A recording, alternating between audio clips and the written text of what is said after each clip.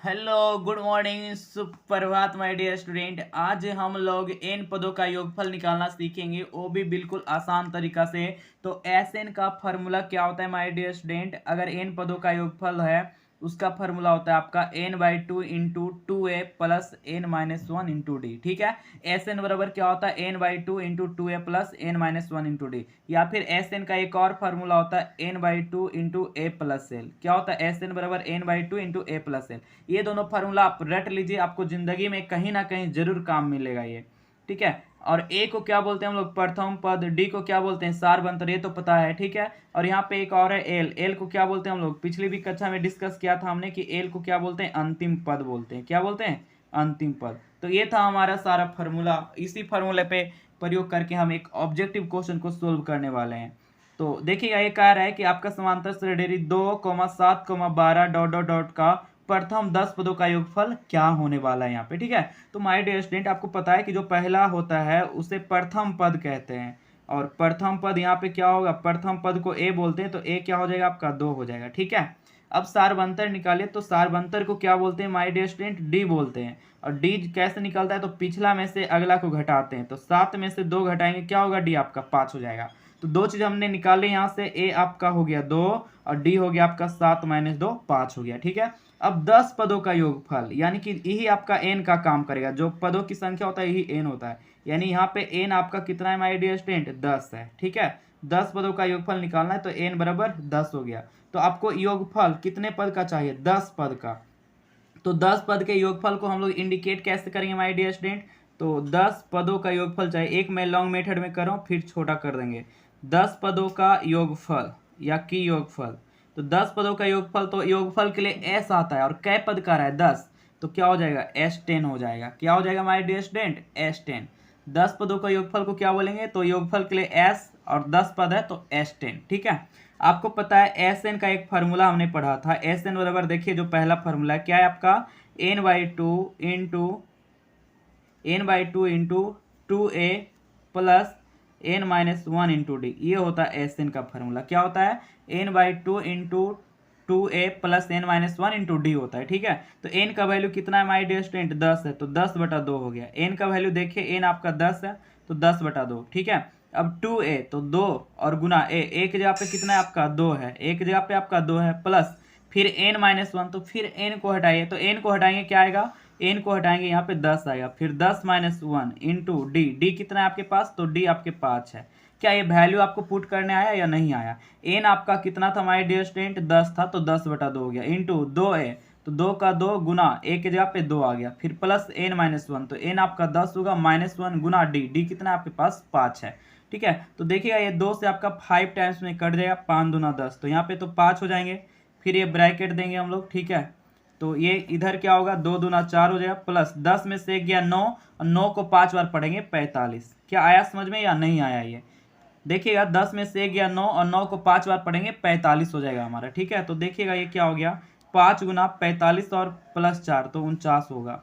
और 49 को जब हम 5 से गुना करेंगे तो कितना होगा? 9×5 = 45, 5 × 20 और 4 = 24। तो आंसर कितना हो जाएगा हमारा माय डियर स्टूडेंट? 245 हो जाएंगे। ठीक है, तो ऑप्शन नंबर आपको 1 सही है। ऑप्शन नंबर कौन सा होगा? 1। तो ये था, बहुत ही शानदार क्वेश्चन था। उम्मीद करता हूँ समझ में आ गया होगा। ऐसे ही हम लोग दूसरे क्वेश्चन की तरफ बढ़ते हैं। दूसरा क्वेश्चन भी बहुत ही अच्छा है आपका, और बहुत ही प्यारा सा क्वेश्चन है। तो दूसरा क्वेश्चन समझने का प्रयास करिएगा कि दूसरा क्वेश्चन में भी वही कह रहा है कि 2, 6, 10 है और इसके 11 पदों का योगफल चाहिए हमें। तो बोलेगा ए क्या होगा माय डियर स्टूडेंट? ए का जो वैल्यू होगा ये होगा। सबको पता है कि ए सर यहाँ पे 2 हो जाएंगे। डी क्या होगा माय डियर स्टूडेंट? तो डी निकालने के लिए क्या करेंगे हम लोग? 6 में से 2 घटाएंगे, तो 6 में से 2 घटाएंगे तो क्या हो जाएगा? डी हमारे 4 हो जाएंगे। ठीक है, तो 2 वैल्यू तो पता चल गया हमें। यहाँ पे कितने पदों का योगफल चाहिए? 11, यानी कि n का वैल्यू कितना हो जाएगा यहाँ पे माय डियर स्टूडेंट? अगर n का वैल्यू का बात करें तो 11 हो जाएगा। ठीक है, अब 11 पदों का योगफल, तो योगफल के लिए बोले हैं, योगफल के लिए क्या लिखेंगे हम लोग?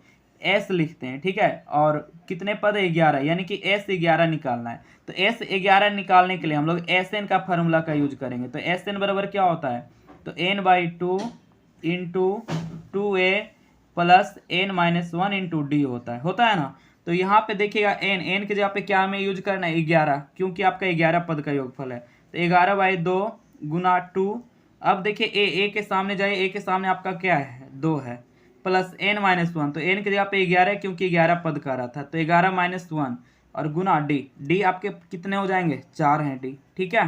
तो देखिएगा 11/2 का 11/2, फिर ब्रैकेट लेंगे 2 दूना 4 प्लस इसे मन में करिए 11 में से 1 गया 10 बचा, 10 को 4 बार पढ़ेंगे 40 हो जाएंगे। तो क्या हो गया 11/2 और गुना 40 और 4 कितना हो जाएगा 44, तो ये 2 से कट जाएगा आपका 11 बार में। जब 11 को 11 के साथ हम लोग गुना करेंगे तो कितना हो जाएगा 121 हो जाएगा, ठीक है। 11 को 11 के साथ गुना करेंगे, सॉरी यहाँ पे 22 होगा। अब 22 को जब 11 से हम लोग गुना करेंगे तो 11 दूना 22, 11 दूना 22 और 2 24, 242 होगा। तो ऑप्शन नंबर क्या हो जाएंगे बी हो जाएंगे। तो ये था इस टाइप का क्वेश्चन, ठीक है। योगफल ये आपका नेक्स्ट क्वेश्चन है, देखिएगा कह रहा है 1 से 100 तक सभी प्राकृत संख्या का योग क्या होगा। तो आपको प्राकृत संख्या का योगफल का एक फार्मूला बताया था कि प्राकृत संख्या का योगफल का फार्मूला क्या होता है, n इंटू n प्लस 1/2 होता है, ठीक है। यानी जितने प्राकृत संख्या उसमें एक बढ़ा के 2 से भागा करेंगे।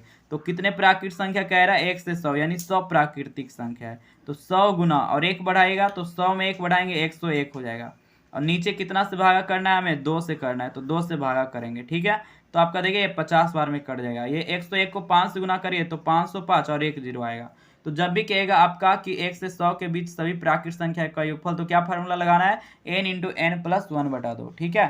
नेक्स्ट वैसा ही है लेकिन थोड़ा सा चेंजिंग है कि कह रहा है इस बार 1 से 100 के बीच सभी विषम संख्या। अच्छा 1 से 100 के बीच में विषम संख्या क्या क्या आएगा, तो 1 आएगा, 1 के बाद विषम संख्या 3, 3 के बाद 5 और डॉट डॉट लास्ट क्या आएगा आपका 99। विषम संख्या जो 2 से नहीं कटे, तो 100 से पहले कौन सा नंबर है जो नहीं कटेगा आपका 2 से, 99, ठीक है। अब देखिएगा 1 से 100 तक में 50 जो होगा आपका सम संख्या होगा और 50 क्या होगा आपका विषम संख्या होगा। मतलब यहाँ पे 1 से 99 तक लिख रहे हैं विषम संख्या, तो यहाँ पे विषम संख्या टोटल कितना आएगा, यानी n कैग होगा, तो 50 से विषम संख्या होगा, 50 तो सम संख्या होगा। तो विषम संख्या का योगफल का आपका फॉर्मूला था क्या था, विषम संख्या का योगफल का फॉर्मूला n स्क्वायर होता है, यानी कि 50 का स्क्वायर कर दीजिए।